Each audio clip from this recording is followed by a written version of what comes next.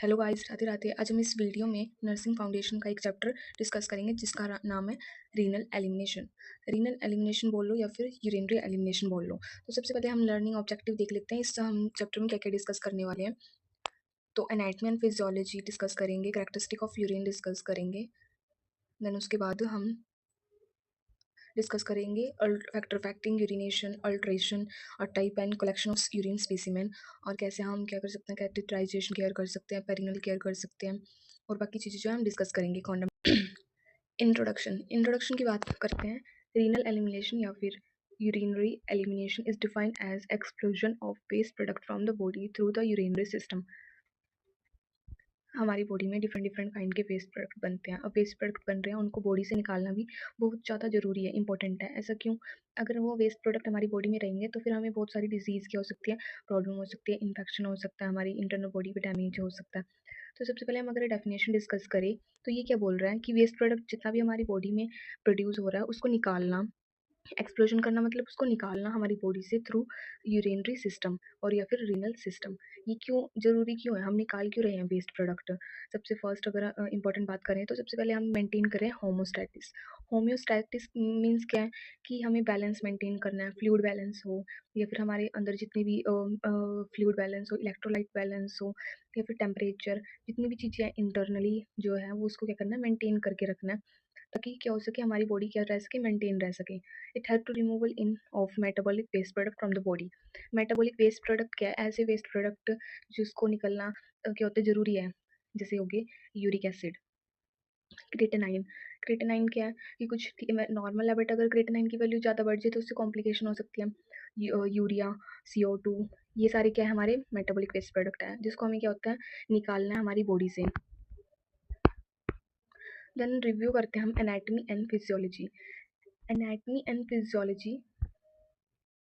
Organ of urinary elimination क्या है? Kidney, ureter, urinary bladder, urethra.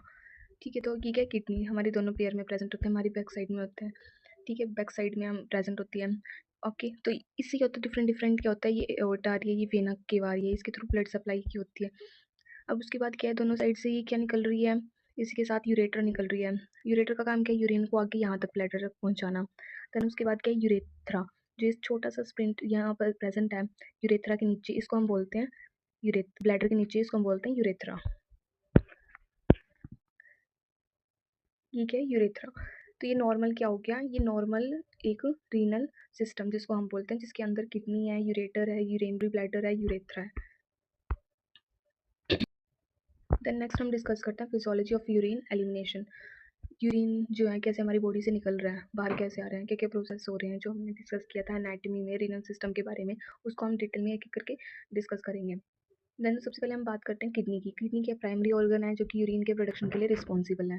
Kidney के अंदर डिफरेंट डिफरेंट नेफ्रॉन प्रेजेंट होते हैं। उन नेफ्रॉन क्या हम बोलते हैं ना कि नेफ्रॉन क्या है, फंक्शनल यूनिट है किडनी के, क्योंकि जितना काम सब कुछ कर रहा है किडनी के अंदर नेफ्रॉन कर रहा है। नेफ्रॉन क्या है, फंक्शनल यूनिट है, जो कि हमारे यूरिन को, जो ब्लड आ रहा है उसको क्या कर रहा है, फिल्टर कर रहा है, और यूरिन को, वेस्ट प्रोडक्ट को क्या कर रहा है, हमारी बॉडी से रिमूव कर रहा है। Each kidney approximately 1 million nephrons, filtering blood and regulating fluid balance. Fluid को बैलेंस करके रखना, फिल्टर करना ब्लड को, ये सारा काम किसका है, नेफ्रॉन का है। अगर एक वर्ड में डिस्कस करूँ तो होमोस्टैटिस मेंटेन करके रखना। द ग्लोमेरुलस फिल्ट्रेशन रेट, जिसको GFR बोलते हैं, उसकी नॉर्मल रेंज होती है 90 to 120 ml per minute.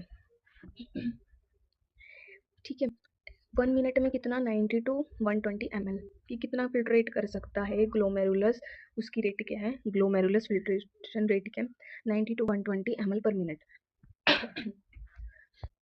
Then next the ureters. Ureters मैंने बताया था कि दो पाइप लाइक स्ट्रक्चर जो है किडनी से बाहर आ रहे हैं, उसका काम क्या है, ट्रांसपोर्ट करना यूरिन को। किडनी के पास आए, किडनी के पास नेफ्रॉन के पास आए, नेफ्रॉन ने अब क्या किया, अगर मैं यहाँ एक्सप्लेन करूँ तो ये किडनी है, किडनी से क्या है, नेफ्रॉन के पास आए। नेफ्रॉन इसके अंदर क्या था, किडनी के अंदर नेफ्रॉन है, किडनी के पास आए, किडनी के पास नेफ्रॉन है, नेफ्रॉन ने ब्लड को फिल्टर किया, यूरिन को आगे यूरेटर में भेज दिया, दोनों साइड से यूरेटर के भेज दिया। यूरेटर का मेन एक ही काम है फिजियोलॉजी, अगर यूरेटर की पूछे तो ट्रांसपोर्ट करना यूरिन को। देन उसके बाद ब्लैडर के पास है, ब्लैडर का काम क्या है, यूरिन को स्टोर करके रखना। और यूरेथ्रा के पास स्पिंचर प्रेजेंट होते हैं, एक्सटर्नल और इंटरनल, जिनका काम है कि कितनी देर तक हम होल्ड कर सकते हैं, उसके बाद क्या हो जाएगी, हमें अर्ज हो जाएगी यूरिनेट।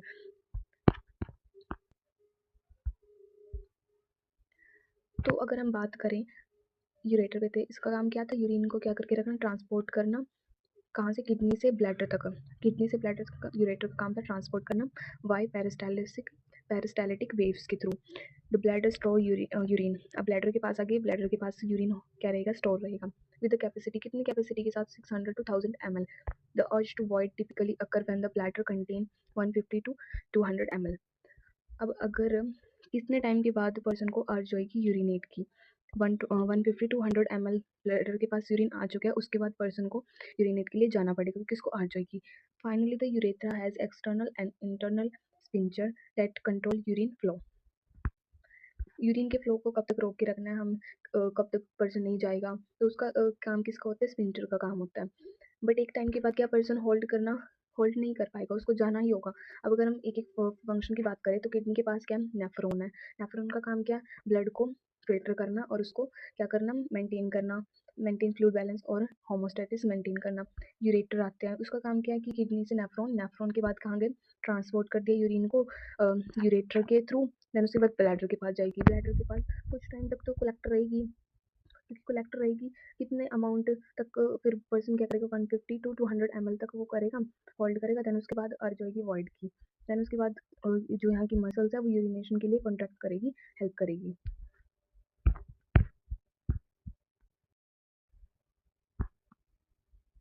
नेफ्रॉन, मैंने बताया था कि 1 मिलियन नेफ्रॉन ईच किडनी के पास होता है।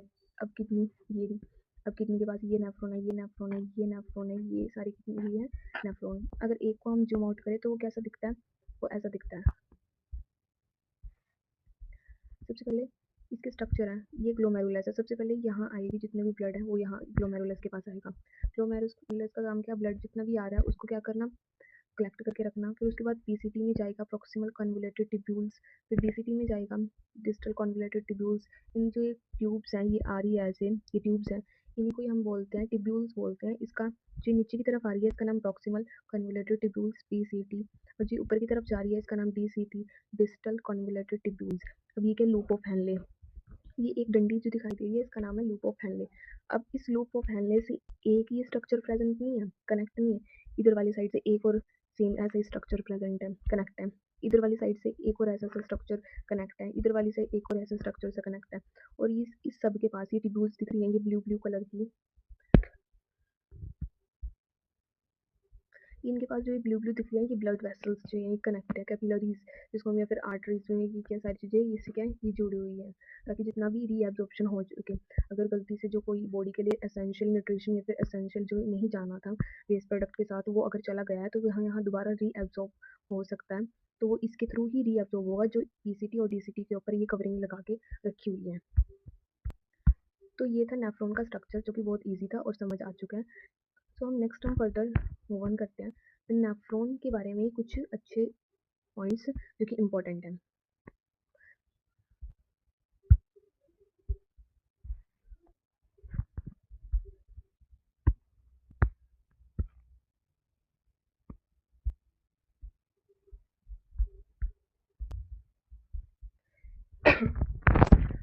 नेफ्रॉन के बारे में डिस्कस करते हैं। हमने नेफ्रॉन को बोला था functional unit of the kidney, nephron kidney के पास ही है। अब फर्स्ट सी बात है, नेफ्रॉन कहाँ है, हम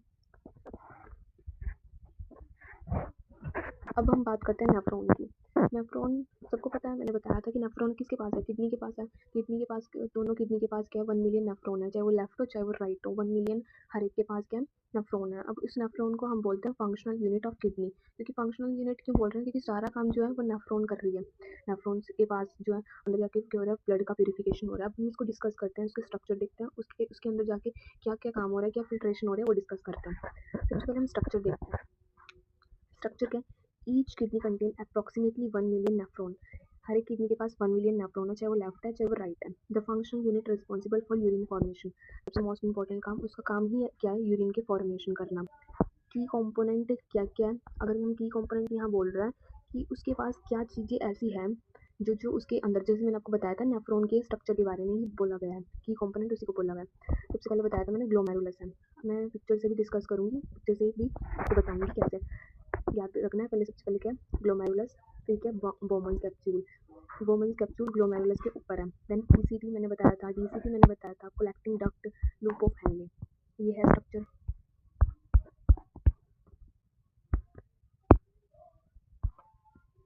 यही था स्ट्रक्चर है जो हमने अभी रीड किया। सबसे पहले क्या था, ये बोमन कैप्सूल है, ये जो ये स्ट्रक्चर सा प्रेजेंट है ना, ये रेड के अलावा जो कनेक्ट है पीसीटी से, ये वाला जो स्ट्रक्चर है ये है बोमन कैप्सूल, ये सारा इसके ऊपर कवरिंग कर रहा है। ये ग्लोमेरुलस है, इसके अंदर क्या है ग्लोमेरुलस है, डिफरेंट डिफरेंट कैपिलरीज है। अभी क्या पीसीटी आ गई जो मैंने स्ट्रक्चर में बताया था कि कंपोनेंट, ये डीसीटी आ गई। देन उसके बाद क्या की, इसी को हम लूप ऑफ हैनले बोलते हैं, इसी को हम क्या बोलते हैं लूप ऑफ हैनले। और ये क्या कलेक्टिंग डक्ट है, मैंने लास्ट टाइम बोल दिया था इसको loop of Henle, but sorry इसका नाम क्या है, ये क्या कलेक्टिंग डक्ट है। कलेक्टिंग डक्ट में क्या डिफरेंट डिफरेंट और बहुत सारे नेफ्रॉन कनेक्ट हो रहे हैं।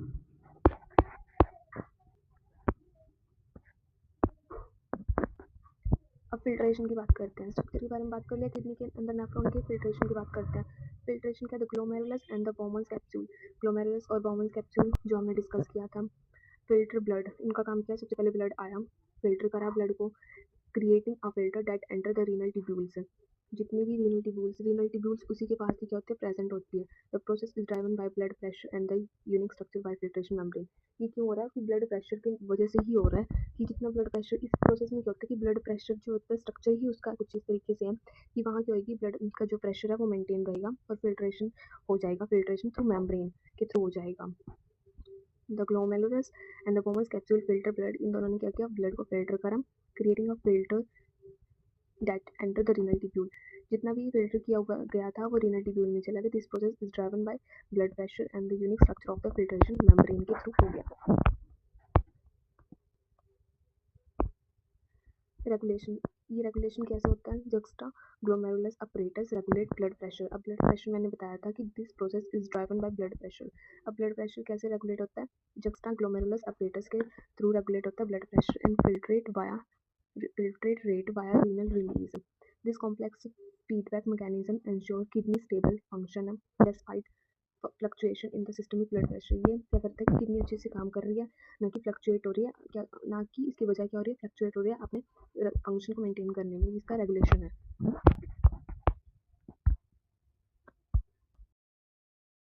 की बात करें, किडनी के बारे में हम डिस्कस करें, किडनी क्या है, there are two kidney present retroperitoneal in each side. Retroperitoneal क्या है, कि हमारी रेट्रोपेरिटोनियल साइड पे प्रेजेंट है, हमारी बैक साइड पे बोलो, ये क्या है हमारी बैक साइड में थोड़ी नीचे नीचे की तरफ क्या पेरिटोनियल एरिया में प्रेजेंट है, ईच साइड दोनों side. It consist two part, medulla and cortex.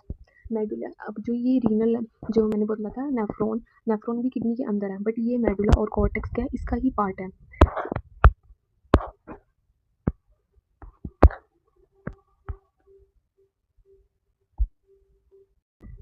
Kidney है, देन उसके बाद क्या है, ये कोर्टेक्स है, ये जितना भी ये पिंक पिंक सा एरिया, ये खाली वाला स्पेस है, ये क्या कोर्टेक्स है जिसके अंदर नेफ्रॉन प्रेजेंट है। ये खाली खाली पार्ट जितना भी दिखाई दे रहा है ये कोर्टेक्स है, जहाँ पे नेफ्रॉन का कोई भी स्ट्रक्चर नहीं है, बस खाली जगह है।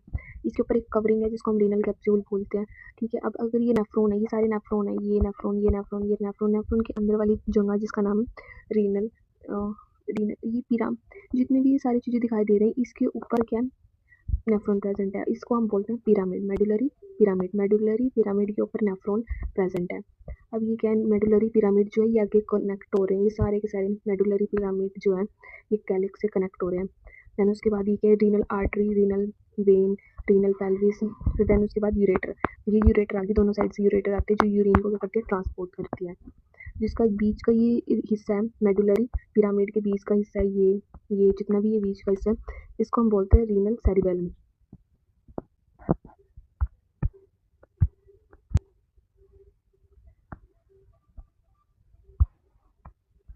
Nephron is structure and function unit of the urinary system, ये तो हमें पता है। Blood supply is by renal artery से and venous blood is drain to renal vein, renal artery से आती है, रीनल वेन से जाती है। Renal pelvis is the point where renal artery. अब ये पॉइंट था, लास्ट में क्या था, ये यहाँ पे मैंने बताया था कि ये पॉइंट है, ये जो ब्लू स्काई ब्लू कलर का है, तो ये क्या है, हमारा रीनल पेल्विस है। अब ये रीनल पेल्विस क्या है, इस पॉइंट से क्या हो रही है, रीनल आर्टरीज आ भी रही है किडनी में और रीनल वेन जा भी रही है, लीव भी कर रही है यूरेटर से किडनी, मतलब यहाँ से एंट्री हो रही है आर्टरी की भी, वेन की भी, बाहर निकलने का रास्ता भी सेम ही है और जाने का रास्ता भी यही सेम है।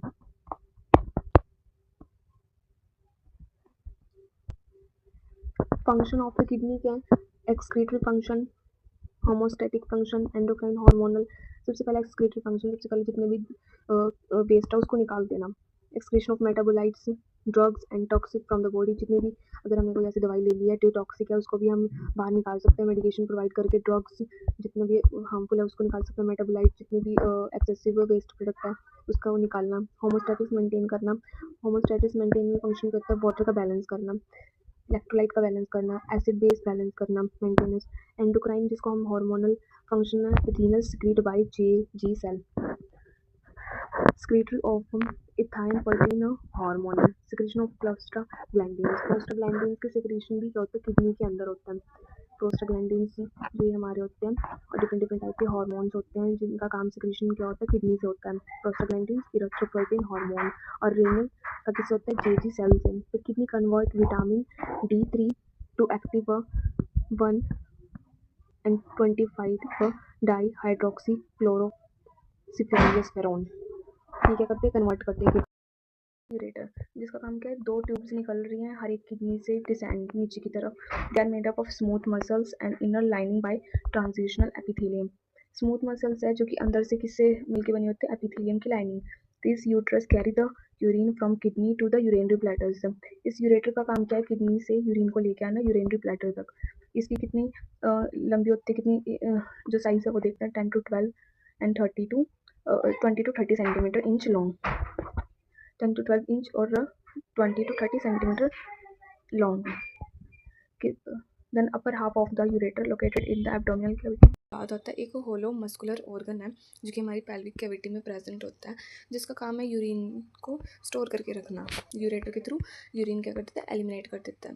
Superiorly connected to the uterus and inferiorly to the urethra. ऊपर की तरफ ये यूरेटर से कनेक्ट है, नीचे की साइड ये यूरेथ्रा से कनेक्ट है। अब इसमें क्या हो सकता है, इनकॉन्टिनेंस की प्रॉब्लम हो सकती है, मतलब पर्सन जो है कंट्रोल नहीं कर पाएगा, बार बार में यूरिनेट के लिए जाएगा। अब क्या हो सकता है, स्पास्टिक ब्लैडर्स भी हो सकता है, रिटेंशन भी हो सकती है यूरिन की। तो क्लिनिकल सिग्निफिकेंस है वो एक इस तरीके से।